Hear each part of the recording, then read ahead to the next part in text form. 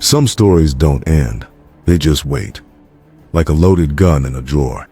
This one waited 12 years. Her name was Jamie. She was 12, and she was mine. You remember Pizzagate? They told you it was a hoax. They always do. But the kind of men I was looking at, they don't run pizza shops. They run countries, and they protect their secrets with blood. They doubled their security, tripled it. Didn't help.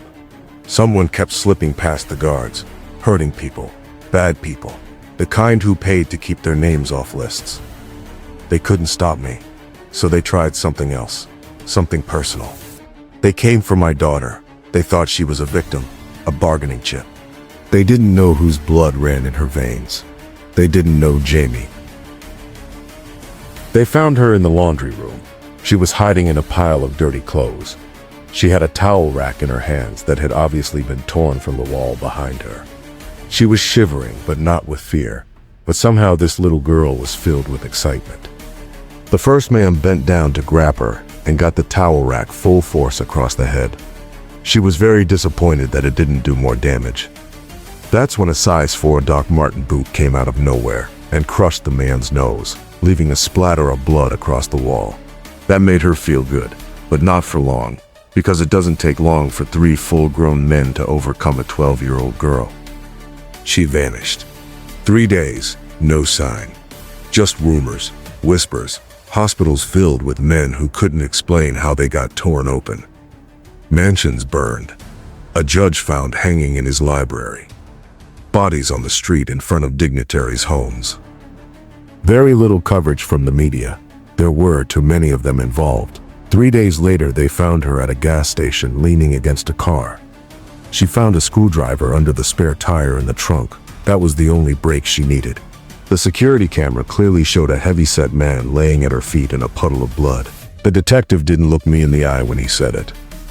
"I did you a favor," he muttered, voice low, like he didn't want the walls hearing. "Scrub most of the footage. What was there wouldn't hold up in court. Not for long. You're lucky I got to it first." He set the coffee down between us like it was a peace offering. I didn't touch it. "It wasn't a clean scene," he continued. "A court wouldn't see Jamie as a victim. Not after what she did." I just sat there, stone still, let him talk. He said the man tried to run. Said Jamie went after him. Like this was her plan. She jumped up on the trunk lid, so she had the height to jump on his shoulders. When she was on top of him, she didn't stop. Over and over, the screwdriver flashing like it had its own mind. Said she smiled while she did it. Like she enjoyed it, the detective whispered. Like she wanted him to know she wasn't scared. I thanked him. Quietly. Meant it too. Never said a word about it after. Not to Jamie, not to anyone, except you. They took something from her, something no daughter should ever lose. And I'll spend the rest of my life hunting every one of them down. Adrenochrome is a real chemical compound, a byproduct of adrenaline, most cherished when coming from a child. The elite made a huge mistake. They didn't kill her.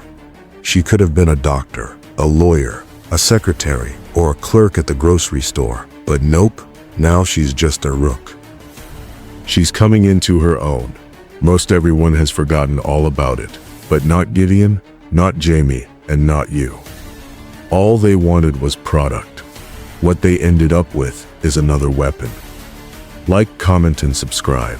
We're in this insane world together.